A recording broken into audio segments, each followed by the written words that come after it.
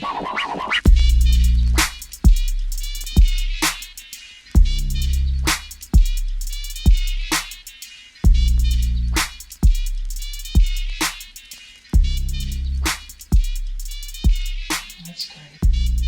guys, thank you for tuning in to this week's Tell Me Something Great podcast. I am unbelievably excited to get into this interview this week because our guest this week is Dustin Bennett, the record producer.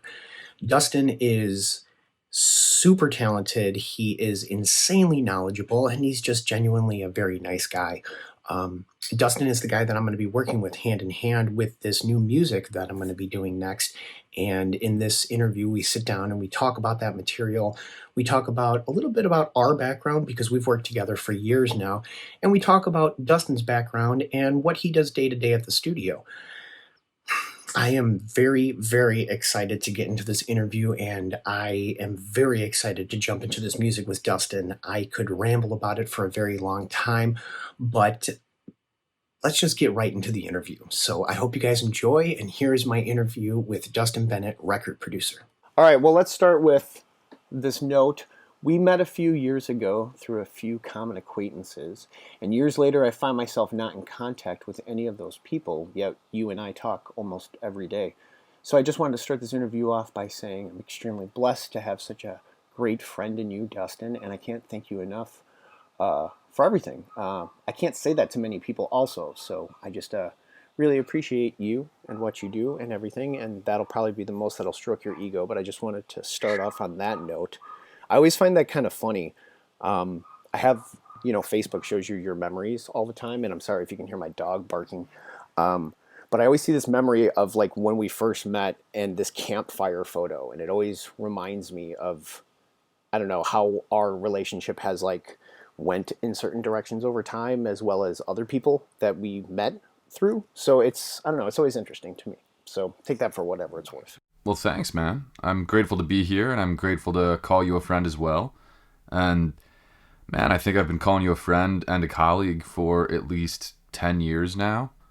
To give your listeners a little bit of background, I want to say you were playing bass in the very first band that came in after this studio was built, to give the studio a little bit of a trial run. And a couple months after that, you came back with another band project. And a couple months after that, you came back with some solo material for a commercial project you were working on. And at that point, it just made sense to hire you as a studio assistant since you pretty much lived here anyways, right? So yeah, we've got a pretty deep history as friends and colleagues, working together in a number of different capacities. I think we've always shared a very similar kind of work ethic. And I know I've always been inspired by your drive and your ambition and your tireless dedication to your music. And also your ability to play the hell out of the guitar. So I'm really grateful to be here and really excited for your upcoming project as well. If you're tuning in, then you're probably a person who's followed the podcast, or you're probably searching up Dustin or possibly a past client, something of the sort. I want to talk about the studio, and I want to talk about you, and I want to talk about what you're all about, because I know you have a footprint on the internet, but it's not the biggest footprint in the world. And I know that we could sit here and talk for hours and hours and hours about compression and so many other fun topics. But I thought it would be good to probably start off just by, talking about you and the studio and what goes on in your world, and, kind of do a little introduction to Dustin Bennett, So what is your title these days? Like when you do meet up with somebody, what do you tell them? Would you go by record producer? Yeah, it depends on the project. I typically do work in a producer capacity where I'm offering creative input or at least a certain degree of performance coaching and definitely a level of quality assurance for the project. That's typically what I get hired for, but I'm always happy to work as an engineer if people are looking for less creative input or leadership and more just somebody to handle the technical side of things. So yeah, if you're looking at my business card, it would say record producer and audio engineer. I know Dustin as a coworker, as a client, as a friend, and I know a little bit more about his backstory, but I thought it would be, enjoyable to kind of go into that and let people kind of understand kind of where you came from and how you built all this up. So I want to talk about the facility, but can we talk about like before then and maybe start there at like your first studio?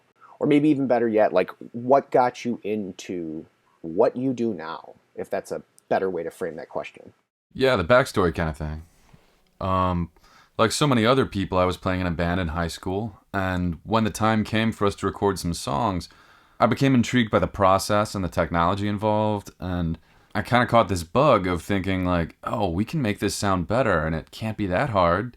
And so I started picking up recording gear, and it became quickly evident, of course, that just buying a fancier microphone or a new recording device wasn't going to make us sound like the bands we were hearing on the radio.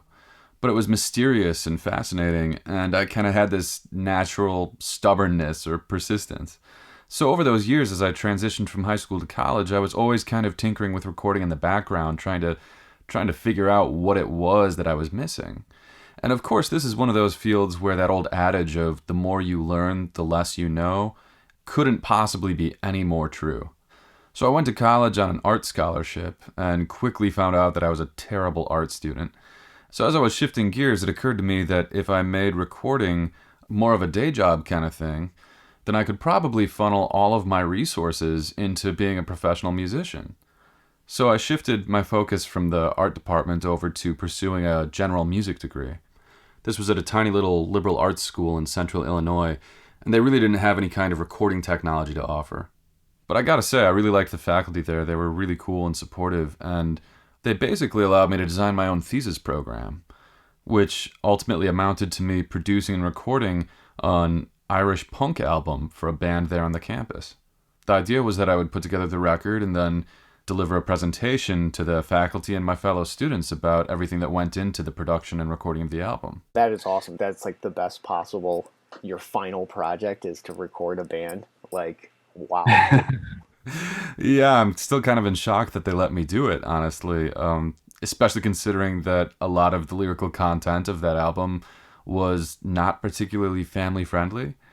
But yeah, it was an amazing experience, and it definitely was a learning experience. I mean, everything from trying to wrangle a bunch of college-age musicians to recording guerrilla style across the campus in whatever rooms we could kind of appropriate for recording purposes.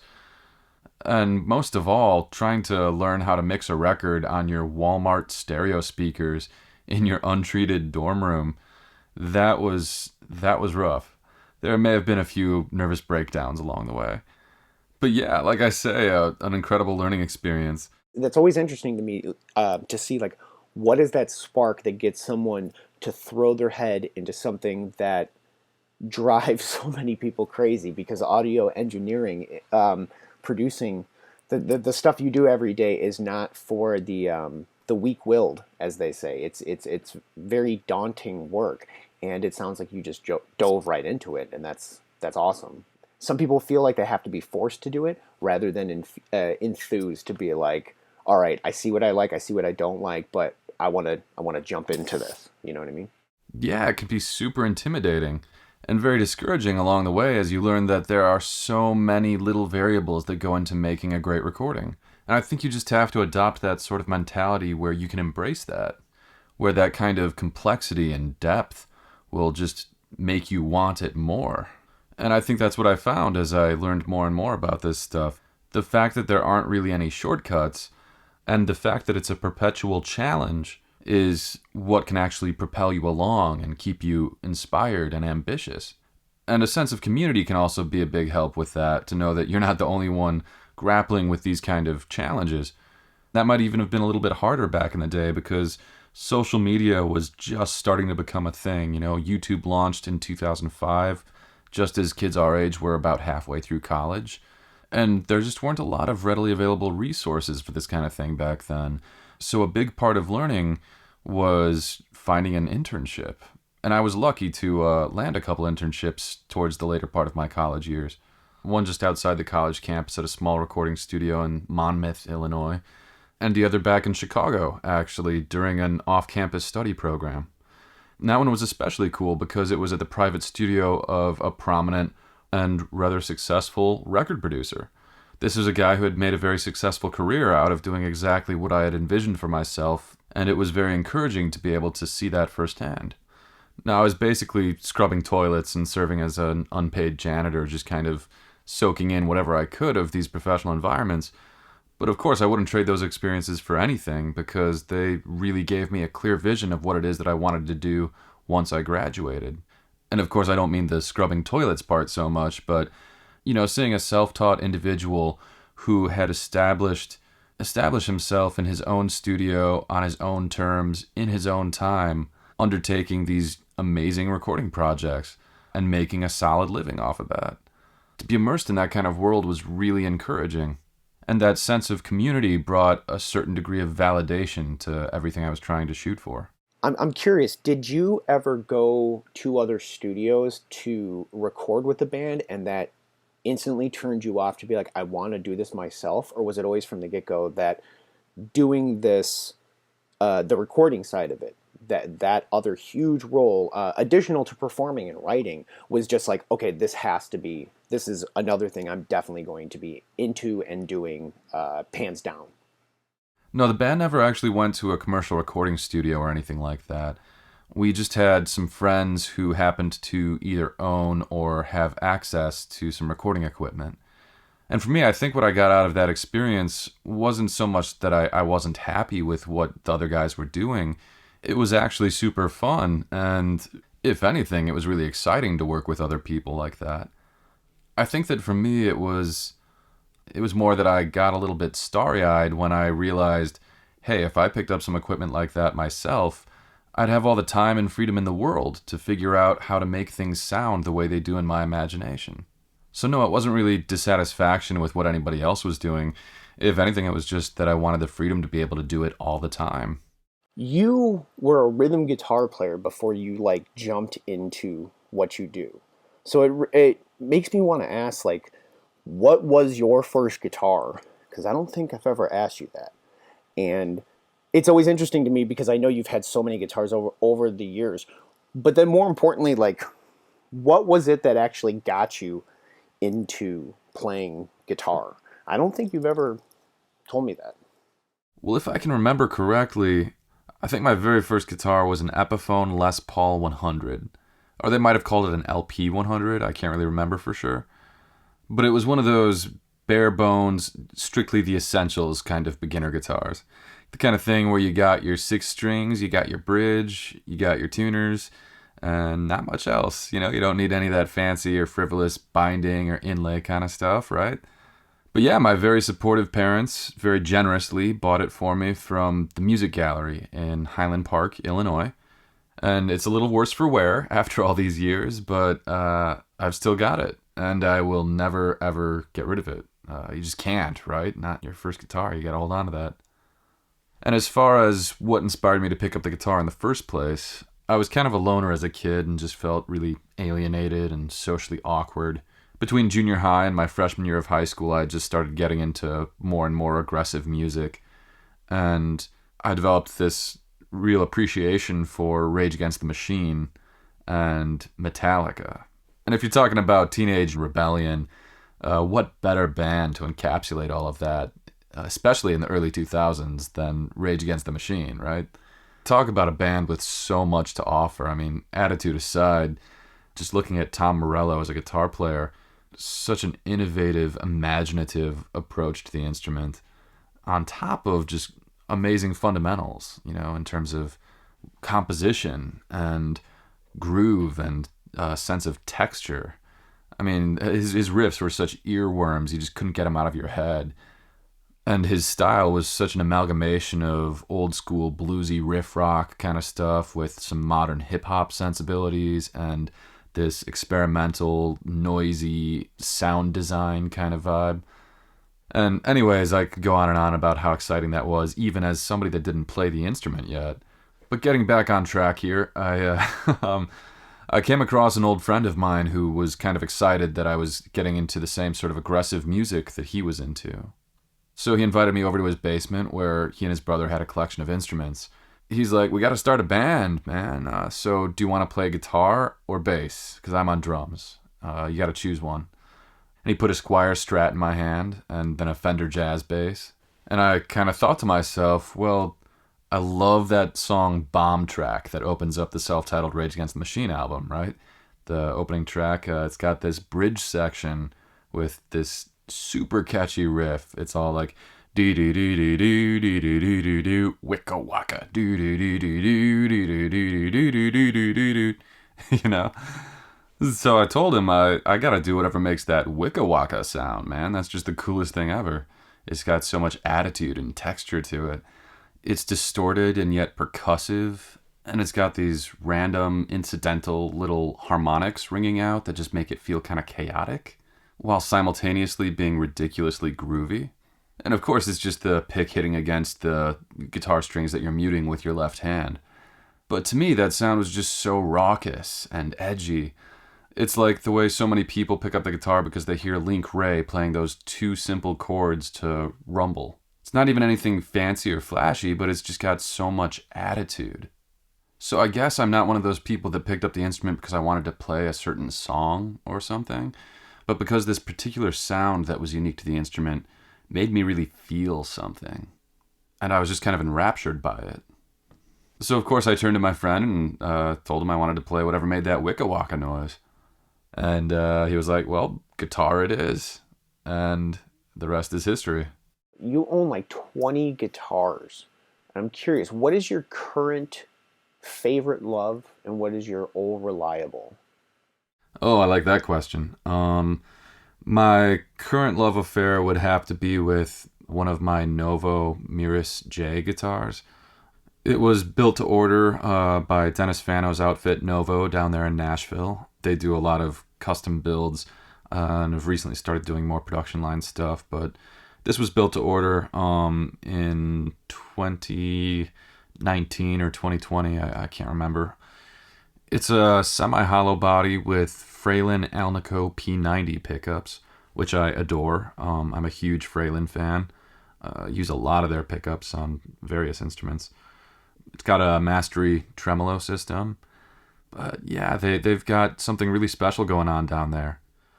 If you're familiar with Dennis Fano's work at all, he kind of likes to cherry pick the things that he likes from different guitar manufacturers, from classic models. So you've got kind of like the Fender offset Jazzmaster style body shape with the bolt-on neck construction, kind of in a hybrid configuration with a Gibson style scale length and the Gibson style like P90 pickups. And at least to me, it seems like he comes up with something kind of fresh and new out of this sort of hybridization. It's like it's familiar enough to satisfy people who are really into classic instruments, but fresh enough to be inspiring for people who are looking for something a little bit different, like myself. So getting back to this particular instrument, the Miris J I was talking about, the fact that it's the semi-hollow body made out of this super lightweight tempered pine, which is an unusual wood for most guitar builders, it just makes it so resonant and so lightweight that it's just a dream to play it. There's so many days where it's just kind of hanging out in the control room next to me, and when I stretch my legs, it's hard not to pick it up. I don't remember if it was this one that I held or if it was the green one that I held, but it's hard to put into words how awesome these guitars are. You can say like, oh, they've got all these certain aesthetics or certain pieces, like you said, that go from Fender, Gibson lineage to a couple different guitar builders, and you could say, oh, they have this relic style to them, or even as simple as saying the neck is sanded down, but that just doesn't give it justice. The build quality on these things, guys, are absolutely ridiculous. They keep their tuning. I think you can agree it's really hard to tell people how amazing those guitars are until they can actually get one in their hand. And of course, the pickups, like, they sound great. They put amazing pickups in all their guitars, but it's really just about how the guitar feels. There's something about it that it feels like your grandpa's guitar. Maybe that's a better way of putting it. Maybe not, but there's something there that it's like, how do you put that into words? Yeah, the relic thing. To To be perfectly honest, like I always thought that the idea of a relict guitar, a road-worn guitar, whatever you want to call it, a pre-worn instrument, I always thought that was a really cheesy concept, and it was like, why would I pay a new price for a used-looking instrument? Especially when these wear jobs, so much of the time, just look awful, like so unnatural. It's like with so many of these builders, it's like they surgically extract these sections of paint from the forearm carve of the instrument, but there's no gradation to the wear. It's like otherwise it looks brand new. It's so bad, dude. It's so bad. But from the first time I picked up a Novo, it just immediately clicked. I was just like, oh, I get this. The way that they do it, they're very careful to make it look natural and to just feel inviting. It's like it's not just an aesthetic thing or a visual thing. It's a tactile thing. The guitar has been distressed in such a way that it just feels pleasant to the touch. Between the neck and the body, that sanded down finish on the back of the neck, just super silky under your hand, and the body just with so much organic texture to it, not just from the wear and tear that they put into it, which is usually quite beautiful in itself, especially with that finish checking that they apply at the factory, but the fact that they haven't sanded down the wood grain to a smooth surface. They've actually raised and enhanced the wood grain somehow in such a way that each guitar has a unique fingerprint to it. It's that reminder that you're playing organic material. And at least for me, that gives me this greater sense of warmth and connection when I pick up the instrument, that feels so inviting and just addictive, honestly. So at this point, I think I've got 7 or 8 Novo guitars, and they're all uniquely beautiful. They're all one of a kind and irreplaceable for sure. Got another one on the way. I think this coming fall probably. Can't get enough. But as far as the old standby guitar, as you put it, the most popular guitar amongst my clients certainly would have to be your favorite, the Gibson 335 in the cherry finish with the Evertune bridge, and of course the Fralin P92 pickups for that fat mid-rangey kind of tone. All I know is that it's undeniable that that 335 feels great, that it sounds great in mixes, and when people come to the studio, I've seen it working with you, and I've also picked it firsthand working on songs with you for my own stuff. It is one that will just make you, I don't know, kind of second guess. Like you might walk in there thinking like, oh, I have this part for a Telecaster, or I have this part for this Fender Strat because I play a Fender Strat, or I want this sound that is associated with, you know, your Gibson Les Paul or your whatever it may be. And I would almost like challenge people who come into the studio to grab that guitar, because I think you would be pleasantly surprised in how it plays, how it feels, how it cuts in the mix. It is a really, really nice contender. And yeah, one day that guitar is going to be mine. Yeah, that guitar, everybody seems to reach for that for a variety of projects across genres. It's been used on so many sessions.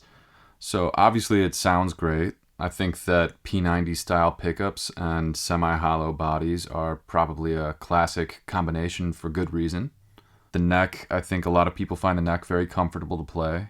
I can't remember exactly what kind of profile the neck has, but I do remember it just strikes me as being not too fat and not too thin, so probably kind of a crowd pleaser in that regard.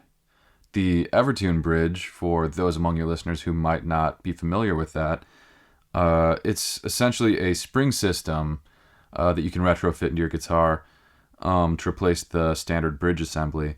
And you can tweak it to essentially memorize preset tension for your guitar strings, and therefore maintain that pitch regardless of how much you abuse the strings. It'll keep them at that set tension for you. So basically, instead of having to retune the guitar every couple of takes as you typically would with your average guitar, I can personally go in before the session and adjust the Evertune bridge to get everything intonated properly, and we can run the entire guitar tracking session without ever having to retune.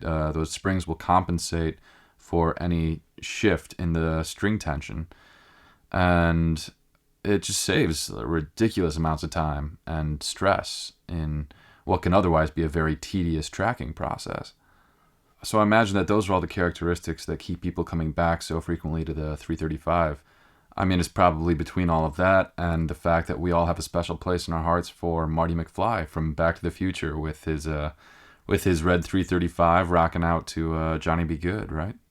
I'm gonna pronounce this name wrong, so please forgive me. But why did you land on, what was it, Wes Lachette or Latchet, or I can't remember. Wes Lashow, yeah. Why did you land on him for the Ultimate Design? And I think for people who don't know who it is, I'll flash some images of some of his work, and you'll think like, well, it's obvious why you would go with him because his work is just phenomenal and speaks for itself.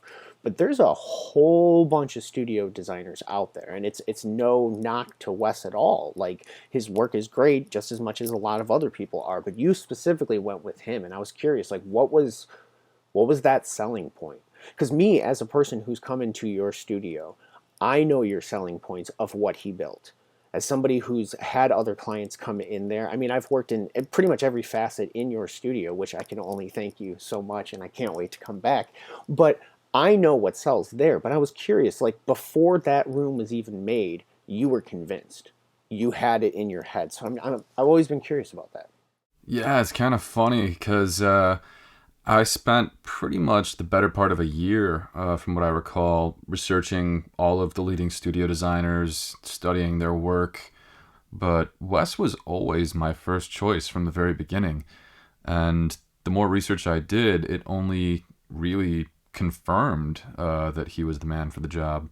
Up until that point, I'd already been learning as much as I possibly could about acoustics in general, due to some pretty unsavory experiences trying to mix records in subpar control room environments.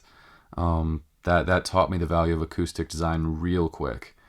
You know, it's important to connect with the aesthetics of a designer's work, but I feel like it's a lot more important to be able to look at their control room and see the logic behind, okay, they've made this surface reflective and applied absorptive treatment to this wall and diffusion here. And there should be an identifiable purpose driving all of the fundamental geometry of the room. So I think one of the main things that really appealed to me when it came to Wes Lachaux's designs was the fact that you could very clearly see the logic behind all of his decisions.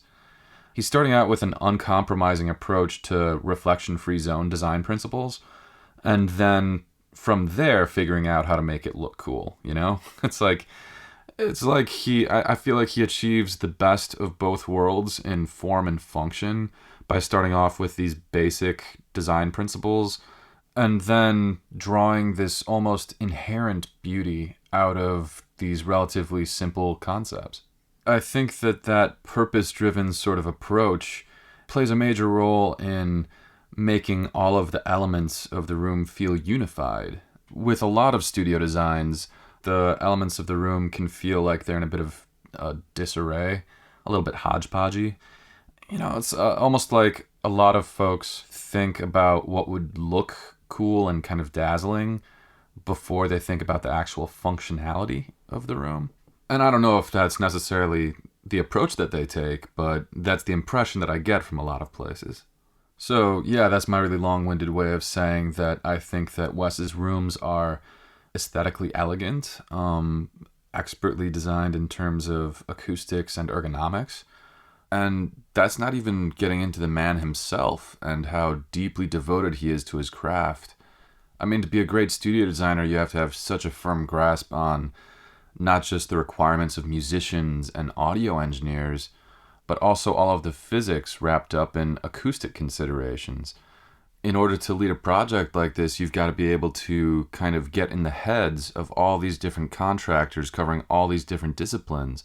And I think that requires a really unique kind of personality, like somebody who has a real hunger for learning and acquiring knowledge. As a musician, I'm sure that you can appreciate how this sort of work is the kind of thing that runs so deep that it's a lifetime pursuit. And Wes has that kind of personality where you meet him and you discuss your project, and you very quickly realize, oh yeah, this guy's been training his whole life for this moment. You know what I mean? Wes is that guy, and I fully anticipate working with him again in the future for studio expansion. Why strobe tuners? And to a lot of people, this won't make any sense at all, but Dustin has tried to convince me over the years that they are the best tuners in the world, and they drive me insane. So maybe part of this question is me just wanting to document this so I can come back to it and try to understand the ideology that's placed here. So why strobe tuners? I love it. Well, I know that thing was the bane of your existence, and honestly, 9 times out of 10, I end up tuning people's guitars for them just because they find that spinning display a little bit counterintuitive compared to like needle style displays, I guess. Is it technically better? Are you getting a better readout? Are you closer to the note, or getting I don't know, a more precise whatever compared to like a Boss TU2 or any kind of Furman rack, whatever you're using, you know what I mean? Well, I think it comes down to the simple idea of aim small, miss small. Generally speaking, strobe tuners are just going to be more precise in their measurements than conventional tuners. And it's not even a close competition, really. I want to say that a typical strobe tuner is like 20 or 30 times more precise than a conventional tuner. If I'm choosing a tool that I'm going to be using for measurement purposes, then I'm personally going to gravitate towards whatever gives me the most precise reading, because then it stands to reason that it's going to provide me with the smallest margin of error. And don't get me wrong, a strobe tuner is not going to solve all of your tuning problems for you in the studio, because you can have a guitar with every open string perfectly tuned to pitch and a setup with perfect intonation, but the inherent temperament of the guitar neck is imperfect by nature. It's approximate at best, and the pitch accuracy is going to drift as you fret notes up and down the neck, assuming, of course, that you're using a conventional straight fretboard as opposed to a true temperament fretboard with all of those squiggly little microtonal offsets built into the frets. But anyways, that's one of the cool things about strobe tuners is that a lot of them are more fully featured than conventional tuners, and a lot of them will actually allow you to dial in these microtonal offsets for the targeted pitch, kind of like those squiggly little frets on a true temperament fretboard. It'll allow you to kind of calibrate your tuning to benefit the particular intervals that you're using in a given part. So in theory, at least, you can use this technology to recalibrate your tuning on the fly in order to get a sweeter and more consonant sound out of the fretboard without having to resort to those squiggly little true temperament frets. But anyways, what I'm getting at with the whole aim small, miss small idea is the greater precision provided by a strobe tuner will allow greater consistency between your different takes and between your different guitar layers on the recording. So even if the guitar is inherently an imperfect instrument when it comes to temperament, at least this much smaller margin of error will guarantee you a reasonable degree of continuity and harmonic cohesion between all of your guitar tracks. You did mention that you did open the doors to the studio recently, and you've had like a bunch of different clients come in. Earlier today, you said you were working with somebody. What kind of project, if you can say, like, what kind of project are you working on right now? At any given time, I'm probably working on somewhere between 5 and 8 different projects, really. Today was a live tracking session with a folk musician who's been coming in pretty regularly for the past, I want to say, about 7 years, since 2015 or so, which is just mind-boggling now that I do the math. I can't believe it's been that long. But like I say, he comes in pretty frequently, and he doesn't like to wear headphones. He doesn't like to do a bunch of overdubs. It's usually about 2 or 3 takes at most per song. And, what he plays is what we get. And if he doesn't like it, he'll come back in another week or two and take another crack at it and, see what happens on that day according to, his mood and the weather. And it's all very organic, very old school, kind of a documentarian sort of approach to production, in stark contrast to your typical modern day overdub oriented scenario. And it's a blast. I love it. It's a really welcome change of pace because not a lot of people work that way. And, the reason for that is when you're recording an acoustic guitar and a vocal performance together simultaneously, there's not a lot that you can do to manipulate that and to clean it up. As an engineer or producer, I can choose what microphones to use. I can choose where to put them. And I can choose where to position him within the room in order for the acoustics to be complementary. But, there just isn't a whole lot beyond that you can control. And that's part of the excitement and the fun of it, and why I refer to it as a documentarian sort of approach to production, where it's largely a matter of what you play and what happens in that moment, intentionally or not, is what you're going to hear in the final product. Another thing that's really special about it is, with this particular artist, he isn't recording for purposes of self-promotion so much. He's not about churning out the next album or the next hot single, It's like he's recording because he enjoys recording and he's passionate about it, and it's just a really fun energy to have around. It's inspiring, and I think a project like that really helps me to maintain perspective on why I do this in the first place. Have you ever turned away a job because the music was so bad that you were just like, you know what, I can't do this, even though the money was there? Have you turned them away? No, I never have, and I'd like to think that I never would, because I think that would actually make me really bad at my job. At least the way that I see it, my whole role as a record producer is to be able to see the potential in whatever project is sitting here in front of me, and to have the experience and the know-how to realize that full potential that I can envision on the artist's behalf. And I think that has a lot less to do with subjective opinions about whether or not this is good music or bad music, and has a lot more to do with more objective evaluations about whether or not a piece of music is effective communication. And that's not to say that taste and personal opinion doesn't have its place, because there are certainly amazing producers out there who get hired specifically because they have incredible taste in music, and because they're taste makers and they're trendsetters, and they're tuned into what's fashionable, and that has its place. But for me personally, when somebody hires me to produce their project, I feel an obligation to bring more to the table than just my opinions. I feel obligated to be the guy in the room that knows how to solve problems. In a case like you're describing, where a band comes in and maybe they don't blow you away right out of the gate with their musical prowess, I consider that a problem that I'm there to solve. Whether it's through arrangement, co-writing, performance coaching, performance editing, whatever it is that they might need to sound their best, that's what I'm here for. So no, I can't really picture a scenario where I would turn somebody away based on their musical ability. There might be a scenario where we'd have a frank conversation about their expectations for the final product, just to make sure that we're on the same page with what they're trying to accomplish. But so long as they're willing to at least meet me halfway with their efforts at the tracking stage, then there's really no reason why we couldn't come up with something worthwhile. In regards to horrific recording quality, what is an absolute garbage can of an album that you love despite it being recorded, on like a 4-track recorder or just one microphone in the basement or something? Oh, I'd definitely have to go with some early Misfits stuff for that.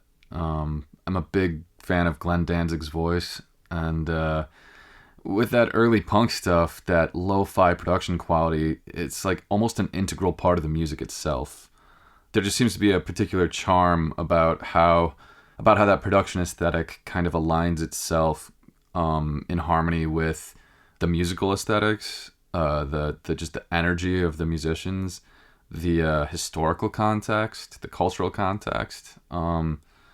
It's almost like one of those situations where if it was recorded any differently, and especially if it was recorded in keeping with what was fashionable in terms of audio aesthetics at the time, it just would lose so much of its charm and probably make a very different and far less compelling artistic statement.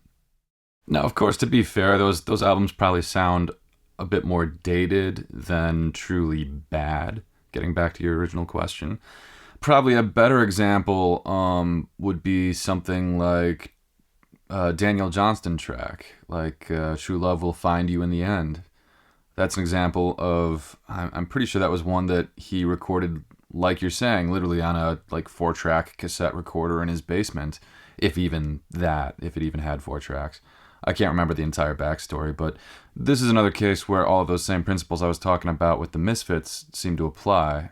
There's something about that low fidelity recording that actually makes Daniel Johnston sound even more earnest, and it kind of becomes a part of his whole persona, such that it probably wouldn't have had the same sort of impact if the track had been really slickly produced on a high budget in a fancy studio.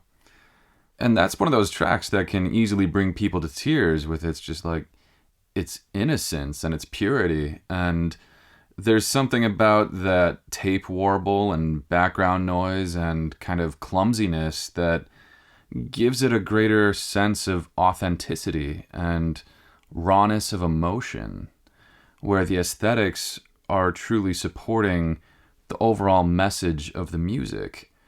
It's really adding a whole other layer of communication and storytelling to the track, making it all the more impactful and powerful. And I think it's just fascinating to consider how recording aesthetics can become an integral part of an artist's identity. So I always ask every guest who comes on the podcast this same couple questions, because I'm always curious what their answer is. You know, everyone has their own perspective, goals, you know. And I'm curious, why do you do this? Well, I do this because I think it's the perfect blend of art, science, and technology. It's one of those fields where you can spend literally your entire life developing your craft and you'll only have scratched the surface of what's possible. And I think that's really beautiful. I think if you're a fundamentally creative person, like at your core you've got this innate drive to bring things to life, then I think that you'll find a lot of satisfaction in a job like this, where you've got all of these different creative outlets using all of these different disciplines. Every project that comes through the door is going to demand something different from you. And that can be really challenging. But I think if you can embrace that challenge and enjoy the reward all the more for it, then I think that the dynamic and multifaceted qualities of the job will keep your day-to-day life really fresh and engaging. What does success mean to you? Well, I guess as a producer, I'd have to say that success is being able to identify and bring to life an artist's ultimate vision for their project. And that might sound overly simplistic, but I think it's a lot easier said than done, because, you know, sometimes that means being a collaborator with the artist and kind of filling in their blanks. Sometimes it means stepping way back and just giving them the space and the environment and the conditions that they need in order to do their best work. And so whether I'm acting as a guide or a coach, a collaborator, a facilitator, a therapist, you know, whatever the case may be, as long as the artist is walking out of my studio thinking to themselves, wow, this turned out better than I could have imagined, or this is exactly what I was going for. So long as, you know, they've got this vision realized such that they can enjoy it for years to come, I would consider that a measure of my success for sure. And that kind of ties into another metric for success, which would be sustainability. It's not easy to keep an enterprise like this going, especially with the industry and the state that it's currently in, perpetually reinventing itself over the past 20 years or so. So long as I'm providing enough value to artists that they feel compelled to come back again and again as we're building trust, essentially, and these meaningful and productive relationships, you know, as long as I can keep doing that, I would consider that to be a great measure of success. There's not too much that we can talk about in regards to the music that I'm bringing to the studio, but I thought it would be good for us to talk a little bit about it. Right now, for people who have been listening to the podcast, they know that I'm bringing you 3 songs. 2 of them have vocals. all three of them are going to be full band songs. They know that the drums have already been outsourced to Travis, and we're bringing in basically all that work into the studio so we can kind of, go over it a little bit, choose what's the most appropriate cymbals, what's the most appropriate kits, things like that. There's not much more that we can talk about, and I was curious, what excites you the most about working on this next batch of songs? And I know, me giving you money is a big motivator, but, I have to think that there's something else there too, because I know you, and I know that you're honest with your clients, and you're also honest with your friends. So I was just curious, like, what is it, if anything, that, gets you excited about these? Well, what excites me most is the fact that, everything you've put out as a solo artist so far has had this very stripped down sort of vocal and guitar only kind of arrangement, very Spartan sort of production style. And the prospect of doing a full band arrangement for your upcoming body of work is really exciting to me, because it's as if you've been putting out work strictly in black and white so far, and now we have the opportunity to kind of broaden the spectrum and work with all these different colors and textures from all these different instruments. And I think inevitably that means that this music is going to be more dynamic, and where a lot of your previous work embraced understatement and sort of minimalism, I think that this new body of work is going to be so much more complex than anything you've done before, that it's not just exciting for me as a producer and for you as an artist, but I think it'll be really exciting for your audience, for your fans that have been following your work thus far. They're going to see this whole new side of you that, it was always kind of lurking in the shadows before. It was always kind of like hinted at, but I think that's just really exciting, and I think that everyone's going to love it. And I'll add that there's also the fact that you're playing so many different roles in this production, where you're really embracing your abilities as a multi-instrumentalist. We're going to be doing a lot of intensive vocal work that you've probably never really explored before on your previous records. I know I'm pretty stoked to have you come in and play some bass guitar again, since I think that was what you were doing on our very first session together back in, 2013, I think. And I know we're just starting to approach the pre-production stage for the record, but you've already put so much of yourself into the arrangements on all these different instruments, from keyboards to drum programming to all these little nuances of electric guitar that you're sprinkling in. I really think you'd be justified in making this a self-titled album, because there's just so much of yourself that you've put into it already. It's like it's going to be the quintessential Justin Yates experience. I know you've got this little bit that you do live sometimes where you kind of joke about your past as a metal player, and I think that kind of plays into this whole idea that there's so much more to you than meets the eye, and this is finally kind of an opportunity for you to spread your wings and show people what you're really capable of as a multifaceted artist. Your Dynamount videos went viral recently, and I wanted to know, how does it feel to be, like a part of the internet? And a side question is, have you met like the cat that plays the piano yet, or any of these other like really, I don't know, just like beacons of hope? Oh my God, beacons of hope. I love that.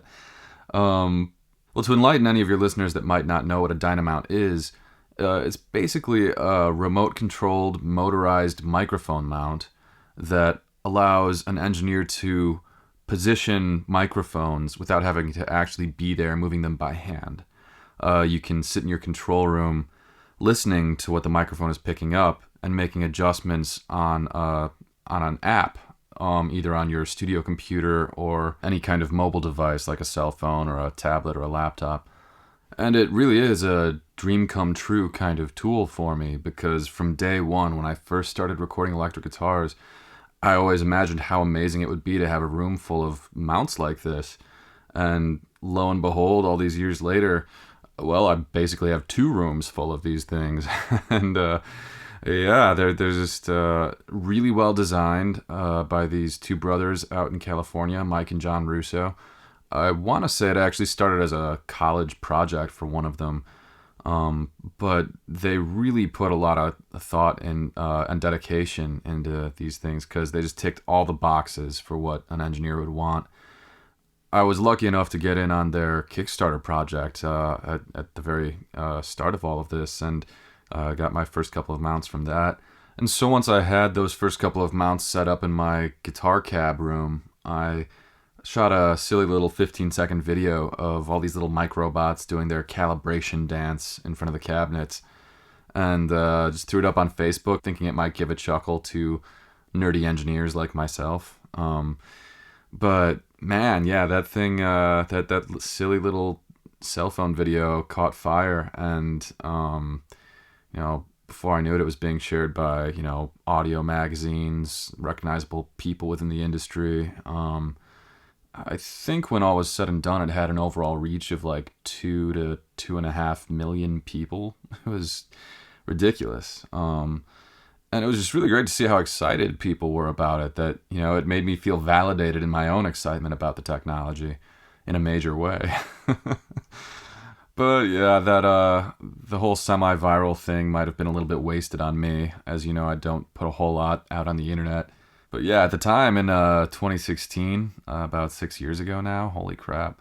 It definitely seemed like a lot at the time. And I didn't get to hang out with the little piano cat dude or the chocolate rain guy or anything, but it was really exciting to see that there were so many like-minded people out there. And, also it brought a good amount of attention to the Dynamount guys, and it gave their internet presence a visible boost, which was incredibly well-deserved. I was really happy to see that because they really nailed it with the design of their product and continue to do so with all of the upgrades they've implemented since those early days.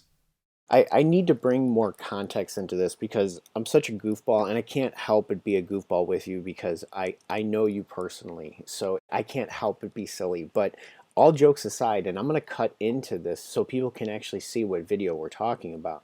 And you're absolutely right. I think that resonated with a bunch of people and we're just like, oh my gosh. And having the facility that you do, I know personally that you're like starting to build more on the bass side of things. And I'm curious, do you plan to do something as well with the basses too with Dynamount to have the same type of capturing? Are you going to flop those like out, or are you going to try to build two different rigs? Like, what's your plan with that? Oh yeah, well, it's actually already splintered off into two different rooms already. In the guitar cab room, I've got 10 different speaker cabinets set up in a semi-permanent kind of fashion. It's 2 rows of 5 stacked up vertically, and each one of those 10 cabinets has a Dynamount assigned to it. And in between the 2 rows of cabs, I've got an additional 5 mounts, the Gen 2 mounts actually. And these secondary mounts can flip vertically back and forth between the top and bottom row of cabinets for any kind of mic blending that needs to be done. So when those second generation mounts arrived for that middle row, I shifted the 5 original mounts over to the drum and bass room. And so those are living on bass cabs now, and time will tell how many mounts I actually need in that room in total, but with the ergonomics of having to shift cabs and drums in and out of that room all the time, I probably wouldn't go quite as crazy in there as I did with the guitar cabs, but time will tell. Time will tell. Well, you're a one-man shop for pretty much everything there, so it is very valuable for your time and just everything that's going on. It just cuts so many different corners. And when you're working on different parts of different projects and having different clients come in to be able to just shift gears and move over and have more choices available and just keep that workflow going, I think at that point in time, it's obvious that the B room in the backyard will go up because you'll just need it to support your level of automation that you're building for yourself.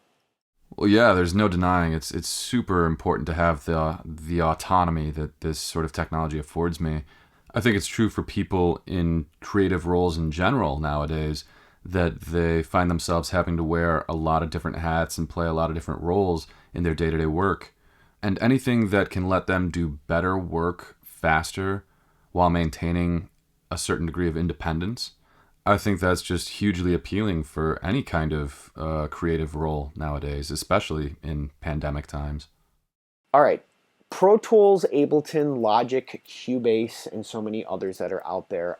Why do you use Reaper? Well, I think for me the biggest thing is flexibility. I always felt like with other platforms, you'd generally have to bend your workflow to suit the platform itself. Whereas with Reaper, you can make the software look and behave however you want, and that the software conforms to your workflow rather than the other way around. And my impression is that a lot of that is because Justin Frankel and the team behind Reaper, they always struck me as software people that were passionate about audio, rather than being audio people who are trying to kind of shoehorn these anachronistic ideas about audio workflow into a software environment. And I don't know if that latter scenario is true of the other platforms necessarily, but that was the impression that I'd get from them. So I don't know how much you know about the backstory of Reaper, but Justin Frankel, from what I understand, was the original designer of Winamp, which, as you and I are old enough to remember, was one of the first big MP3 players on the internet back in the late 90s, early 2000s, I think. And around that time, he sold Winamp to AOL for zillions of dollars or whatever, and used that cash as startup money for the Reaper project. So here you've got this young designer who's clearly pretty well acquainted with digital audio and with efficient software design. And clearly this guy isn't motivated by financial need at that point. He's making this software because he wants to make a great piece of software. And I think that the independence and autonomy that he had in all of that is ultimately of a great benefit to the end user. If you take a look at their business model and the frequency with which they provide updates, I think it's just really hard to deny that their product development is driven by passion and genuine dedication. I mean, the installer for the program is, at least for Windows, is like 15 megabytes, like 15 megabytes. That's ridiculous. That's some ridiculously efficient software that also is extremely light on system resources, extremely stable. I think I've had maybe a handful of crashes in the more than a decade that I've been using it, and that every time it was just because of faulty plugins. It's never been Reaper at fault. It's ridiculous. And I mean, come on, how many other audio workstations will let you play arcade games in the little secret hidden menu thing on those like really boring recording sessions, right? That is really funny. I use Reaper, as you know, and I had no idea that was like a little Easter egg. So I'm gonna have to play that. Oh yeah, you gotta check it out. It's like one of those old Nintendo console kind of things where if you enter this certain button combination on, I think it's their credit screen, it'll pull up their like secret gaming menu, and you can play that little Nibbles game with the worm that eats the apples and gets progressively longer each time. So I'm actually opening up Reaper right now, guys, because I have to try this. I'm such a nerd. So I'm at the About screen, and Dustin just said those old Nintendo codes. So for those nerds who are listening right now, I'm gonna try it. All right. So up, up, down, down, left, right, A, B, A. No, nothing. All right. What's the code? Okay, here it is. If you shift double click on the credit screen under About Reaper. So you hold the left shift button and then you click credits twice. Wait, oh my God, they have a blocks game too? Press 1 to Tetris start. style, I think. Dude, that is so funny. I never knew this. Now I'm going to be playing Tetris through this whole podcast. That is funny, dude. Has this always been there? Well, at least for the past 11 years that I've been using it. I mean, if you needed any more reason to switch to Reaper, there you go, right? As a friend, an ex-coworker, and client, I think your attention to detail is unlike anyone I've ever met, and it's completely justified with the examples to prove why. Now, I've met a few people who think that the level of attention that you put into some of this stuff is unneeded, and say that this type of work is overboard at times, due to some, I guess you could say, maybe some tricks in modern recording. Maybe some of the detail isn't needed, so to say. What do you have to say in regards to that? For example, and let's break it down, because this is a huge topic, and I'm talking about a few things here that people might not know. But let's just look at The modern approach to auto-tune. And not even like auto-tune as we know it as Antares or however you pronounce the name of it, or even something like Melodyne. Just fine-tuning a vocal performance for a final mix, just kind of going over it, making sure that everything is just as it should be. A lot of producers in this day and age, they will use Melodyne, they'll use Antares, and they'll just slap it on, be good to go, and whatever happens kind of happens, and that's the end of the day. You yourself don't do that. You are very actually adamantly against that. Me being a person who's worked with you, I've told you many times, as a studio, for production reasons and getting clients out quicker, there's some production things we should put into consideration. And you're like, I don't think so, buddy. So I was curious if you could explain, maybe just in that small little detail, the method to the madness, because I think that people need to hear it from the horse's mouth on why some of this attention to detail that you bring to the table that some people don't. I haven't seen it in most people, so I'll shut up there, but Well, first off, I've got to say that I'm not opposed to anything. I got to keep an open mind to any new technology, any way that people want to work. For me, it's just a matter of what's appropriate for the situation at hand and what's appropriate for a client's objectives. Like with the autotune example that you bring up, autotune is an incredible innovation that has practically spawned entire new genres of music. It can be used as an effect with those signature robotic artifact kind of elements. And it can also be used with a lighter touch to solve problems. It can be used essentially to rescue an otherwise great performance that might have some serious pitch issues. But where I see a problem arising is where people think that they can lean on it as a crutch to achieve supposedly some degree of commercial viability on a lackluster performance. Nothing bugs me more than hearing auto-tune that you're not supposed to be hearing. So that's in situations where it's not intended as a special effect, like the way that certain genres or styles of music revolve around a more naturalistic sort of production aesthetic. So if I'm listening to some kind of traditional music or some really stripped down human-oriented performance and I can hear the auto-tune artifacts happening, to me that's kind of equivalent to watching a movie and all of a sudden there's a microphone or a piece of lighting gear showing up in the frame. And it completely ruins your suspension of disbelief. It takes you out of the experience of enjoying that art and reminds you of the artifice of all of this.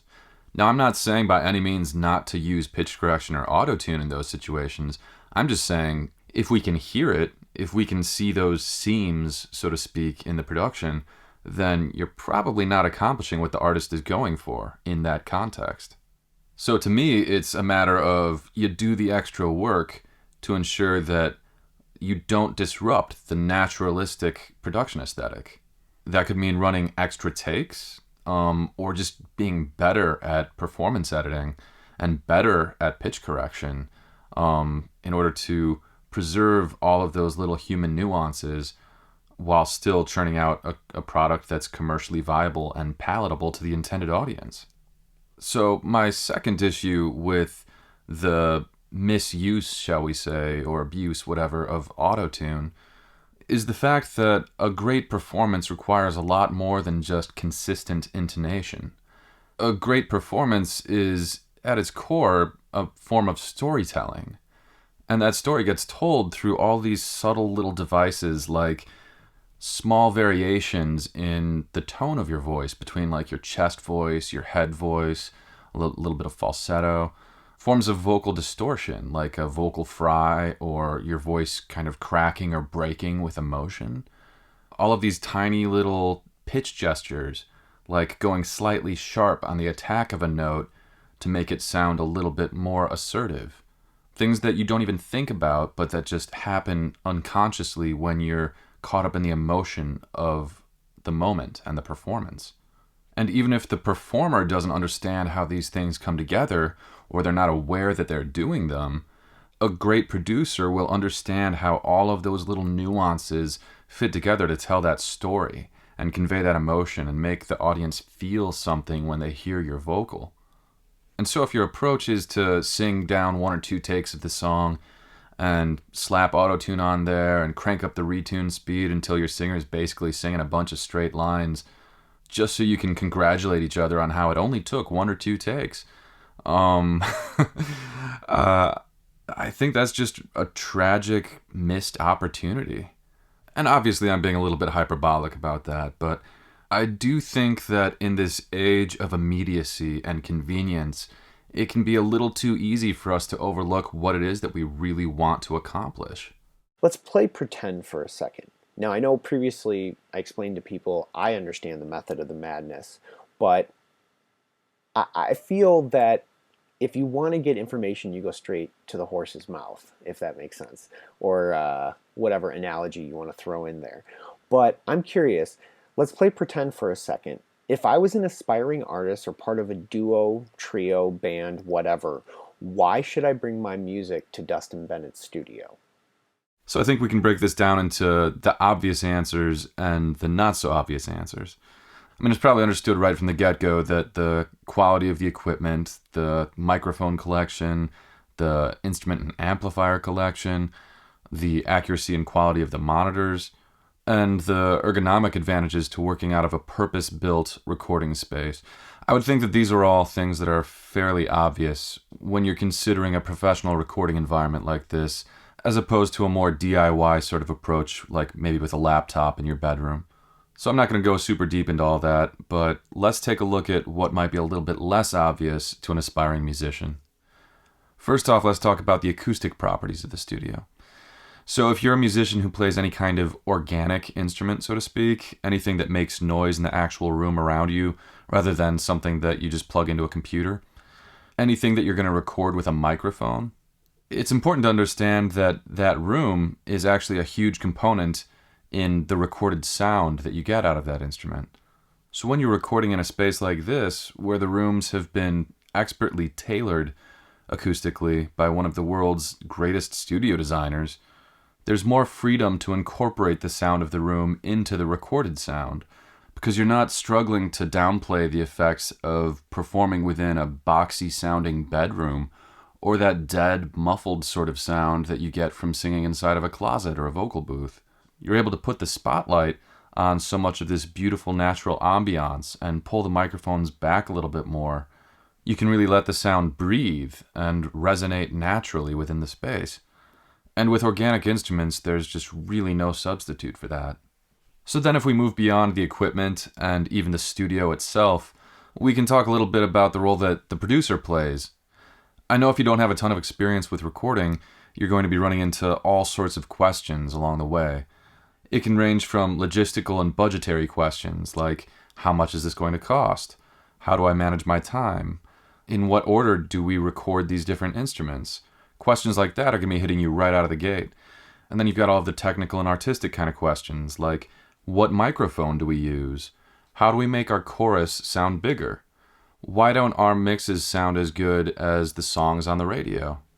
Now, we live in this age where you can look up the answers to so many questions online with a simple Google search or whatever.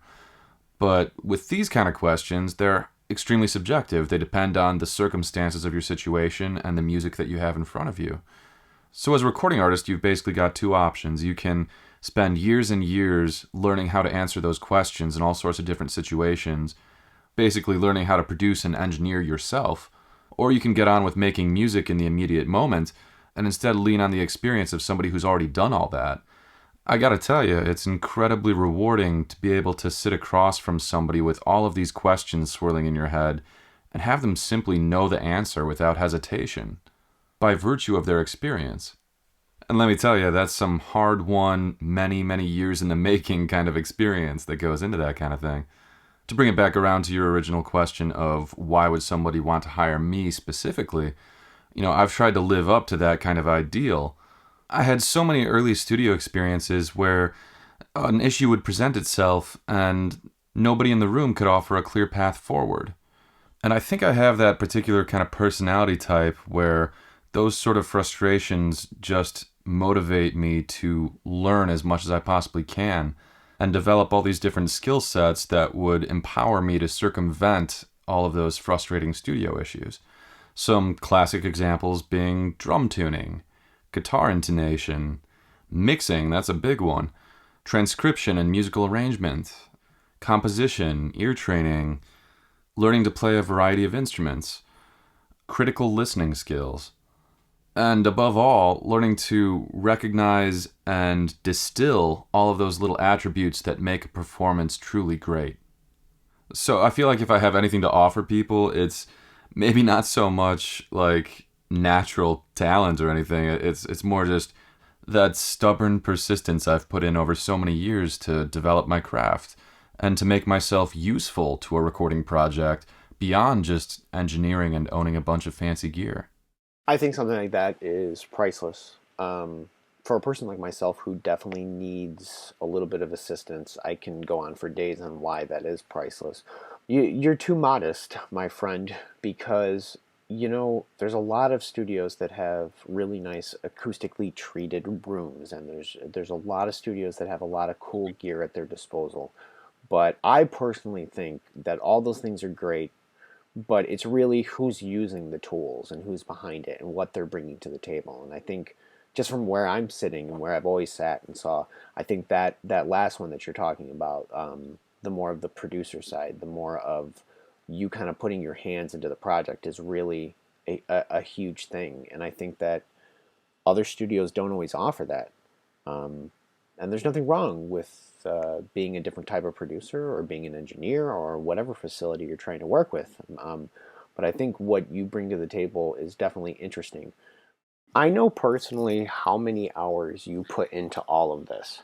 I also know that you don't smoke, drink, or drink coffee anymore. I know you stopped doing that.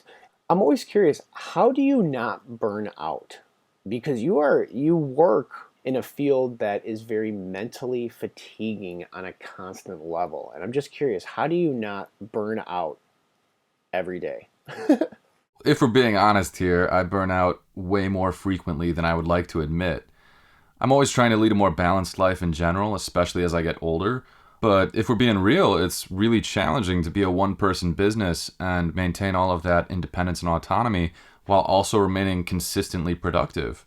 I suppose if I step back and considered the things that I do right, I think that I leverage that wearing of many hats in such a way that I can shift gears throughout the week between different projects and different activities in order to keep things fresh and keep from getting too bogged down in any one particular discipline. Like, for example, performance editing is essential to what I do as a producer. But realistically, I can only do it for a couple of hours a day without compromising my mental and physical health. After about 15 years of doing this, I've come to realize that sitting hunched over a computer screen for hours and hours and hours on end, focused on the most minute details of a performance, that's just not particularly good for you, and it's not particularly sustainable. But if you can spread it out and, alternate between that kind of work and something a little bit more physical, you're ultimately going to be more productive and setting yourself up for a much longer career. So the ultimate goal, of course, is a balanced lifestyle in which you treat rest and recuperation every bit as seriously as you treat your time in the studio. And when you are in the studio, respect your own mortality enough to take frequent breaks. And if you can shake things up as much as possible throughout the day, it'll go a long way towards helping you to remain focused and productive. I know you have had your fair share of experience of working with like a number of different projects and different instruments and different singers and et cetera, et cetera. What up to right now has been like the biggest pain in the ass for you? Like the most challenging instrument to record? Oh yeah, the variety of instruments keeps life interesting for sure. I remember the first record I produced for my college thesis project. It was this Irish punk band, and we recorded bagpipes in my parents' basement. And the drones, those long pipes that stick out of the back of the instrument, they were so tall that I had to make the guy sit with his knees on a pillow on the floor in order to avoid putting his bagpipes through the ceiling tiles. And talk about a unique instrument to record. We basically had to record the droning sound of the bagpipe separately from the melodic component. It was almost like working with some kind of synthesizer because it had that infinite sustain kind of an effect, along with that really brash, unapologetically in-your-face kind of tonality. You can really see why, through that lens, bagpipes are the perfect punk rock instrument, right? So yeah, every instrument presents its own unique challenges, but that certainly keeps life interesting. If I had to name one instrument that was particularly challenging over the years, I would probably go with the acoustic guitar. It isn't necessarily that the instrument itself is so complicated to record. It's probably more that I have very particular things that I'm looking for out of a good acoustic guitar recording. And I just don't think, in my opinion, for my tastes, that there are a lot of good acoustic guitar recordings out there. So much of the time it can come across as this overly bright, metallic, clanky, abrasive kind of texture, rather than something with a rich harmonic content. And it can often be the case that all of the non-musical noise of the instrument, like string rattle and finger scraping and all those mechanical noises, all of those things can oftentimes overpower the actual notes that the guitarist is playing.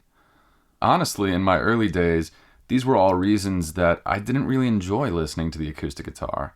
So it kind of became a mission for me as I got into recording and engineering to figure out how to make acoustic guitar recordings that I could actually enjoy, with all of those qualities that seemed so elusive. I want to hear the resonance of the instrument. I want to hear rich harmonic content. I don't want to be distracted from the music by excessive non-musical noise.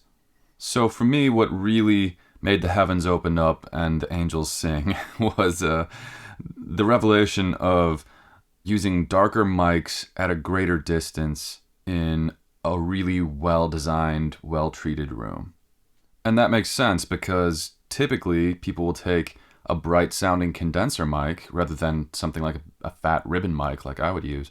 They'll take that bright mic and shove it right up in front of the guitar at a fairly close distance, and that just kind of accentuates naturally all of those qualities that I'm trying to eliminate. And as an acoustic guitar player yourself, especially with your percussive kind of technique, I'm sure that you can really appreciate the value of recordings that don't sound overly harsh.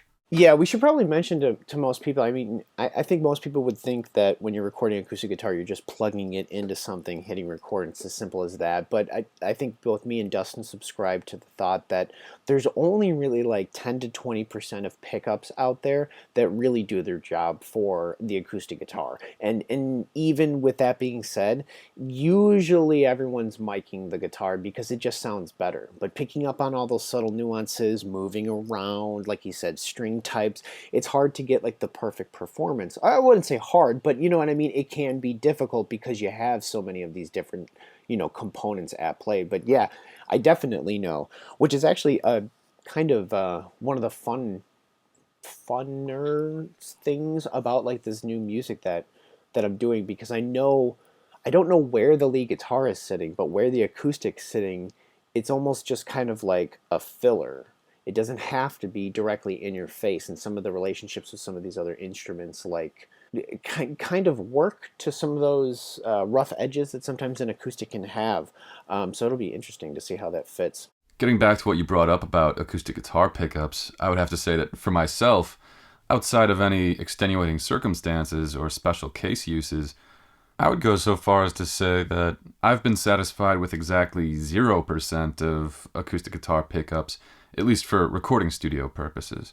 I mean, live, they're an absolute necessity, of course, for live performance. But in the studio, there really is no substitute for a great room and a great microphone. That's just everything, as far as I'm concerned. But you bring up a really interesting point about the guitar tone being kind of context sensitive. And in the case of your music, where we're going from a vocal and guitar only arrangement to a full band arrangement, it's going to be really fun to see what kind of tone we land on that will still sound like Justin Yates, but will still have enough cut to sit properly in a mix with drums, keyboards, bass, and all of the other accoutrements. I'm really looking forward to that. What is one thing that people never notice in modern records, but it annoys the hell out of you? At the risk of sounding a little bit cliche, I'd have to go with overly loud masters. The loudness wars thing is such a talking point within the industry, and for good reason. I think a lot of us have been conditioned in this modern era to accept as normal these masters that have been pushed to the brink of destruction. And I'm not talking about being overly compressed. I love compression. I love things to sound dense and thick. I'm talking about masters that are audibly distorting and dynamically flatlined. It becomes this kind of messy cacophony where you just lose all the impact. You've got that initial impression of power because it's just this massive wall of noise, but what you're trading away for that is that percussive thump that makes things feel three-dimensional and makes things jump out into the foreground or recede into the background. It's this really interesting paradox where, in essence, by making things louder, they're actually making things smaller, at least past this point of diminishing returns. And it can make me a little bit sad, because people don't really know what they're missing. But, not to be a total downer, if you want to hear what you're missing, if you're curious about that, there's this really cool website I stumbled across years ago called the Dynamic Range Database. I think the URL is like Loudness Wars something or other, I can't remember, but the Dynamic Range Database is what it's called. And what these folks have done is they've taken this massive list of albums and they've measured the dynamic range of their content. So you can see just at a glance how one release might differ from another. And if you look closely, you can find instances where albums have been released with multiple different masters. And for whatever reason, whether it's an old album that's being remastered or it's a master for pressing to vinyl with a wider dynamic range, you'll find that there are opportunities where you can compare a quieter master, so to speak, with the more typical maximum loudness kind of scenario. And if you can get your hands on both versions and line them up to be perfectly synchronized, you can flip back and forth between the two of them to do a little A-B comparison. So long as you've matched the average volume level between the two of them, I think you'll be able to hear exactly what I'm talking about in terms of impact and clarity versus apparent loudness. And sometimes it can be straight up shocking to see how much fidelity has been sacrificed just to keep up with the Joneses. On the topic of, home studios, what is a piece of gear that you felt was under a certain budget that really helped you, like before you were able to make some of the financial investments that you have? Is there a piece of gear that the home studio should never go without, that you think that anyone who's working at home could really benefit from? Well, it's probably super cliche, but I'd have to join the chorus of engineers out there who would recommend the Shure SM7B microphone. It's super rugged, it sounds great with vocals, especially worked up close. It can serve you well on amplifiers, drums. It can handle all of those loud kind of instruments. The only spot where it might show a little bit of weakness is in recording really quiet sources. But the internet is rife with all sorts of solutions to that, signal boosters and whatnot, assuming that your preamps aren't already up to the task. But yeah, if I was putting together a modest home recording rig, that would be one of the first purchases I would make, for sure. And frankly, I work in a studio that is fairly immodest, and I've been meaning to buy a few more of them for myself. I think that's just a really solid investment for pretty much anyone on any budget, really. Though I should say that that's mainly relevant to people who are recording at home, and I have to acknowledge that there are a lot of aspiring producers and engineers who are more interested in mixing and making beats and stuff like that, where you aren't actually recording anything. So for people in that position, perhaps the best investment that you can make in your home studio is, if you've got the room for it, and you usually do, to invest in acoustic treatment for your control room area. Speaking as somebody who started off working without any acoustic treatment whatsoever, trying to mix a record on stereo speakers in a cinder block dorm room, I can tell you that, or I can beg you to appreciate the fact that a more accurate listening environment will make your life infinitely less stressful. It's kind of this rite of passage that audio engineers go through, where they realize that the mixes that they're making in their bedroom are simply not translating into other environments. It's like a completely different mix. So, as much as I hate to feel like I'm telling people to eat their vegetables or something, I would just beg of young engineers and producers to look into the physics behind acoustics and the logic behind acoustic treatment. It's probably the least sexy gear that you can buy, but it's one of the wisest investments that you can make into your career, because being able to hear what you're actually doing will just propel you so much further ahead. Well, there you have it, ladies and gentlemen. There is my interview with Dustin Bennett, record producer. We ended up talking for much longer than the interview, but as you can tell, we had to trim it down a little bit. But I think it made for a great interview. To say that I'm excited about what's going on next is a severe understatement. As always, thank you so much for being an amazing guy, an inspiring boss, and just an all-around great coworker, Dustin. Within the next few months, we're going to be jumping into, finally, some full band Justin Yates material. And, well, you and I have talked about this for a very long time. I remember a couple of years ago, we were sitting on the couch after a very long day working on a client schedule. And I remember you just looked over at me and you're like, so when are we just going to finally work on Justin Yates full band material? And I remember laughing and I'm like, man, I appreciate your time, but I'm a real small fish. It's going to take a lot of hard work for me to be able to afford the time to write the material that's worthwhile. And when it happens, it's going to be awesome. And I can't believe that it's actually happening. And I am so excited. I'm here in California and I just can't wait to fly out there. And just thanks to everyone who watched the interview. I really hope you enjoyed it as much as I did. If you're a solo musician or a band and you would like to find out more about Dustin, you can head over to his Instagram. The link is right here. It's Dustin Bennett Producer, at Dustin Bennett Producer, Instagram.com/whatever, Dustin Bennett Producer. Feel free to send him a message or an email. He is, like I said, one of the nicest guys I know, and he'll be more than happy to reach out and say, hey, as a client, a coworker, and a liaison for other bands that have worked with Dustin, I can't say enough of positive things about his facility. I truly think that the care and attention that he puts into his music, he respects it unlike a lot of other people in his position. I think it's not to say that they don't respect it, but the level of care and respect that Dustin brings to every project is unreal. And I think that if you are looking for a studio or you're looking for somebody to work with, I would really strongly suggest reaching out to Dustin. And don't take my word on it. Go listen to his examples. Talk to him yourself. See what he has to offer. And I really think that you would be pleasantly surprised. I think you'll make a great friend in him too. Well, thank you again for watching. You guys have a great one. Bye-bye.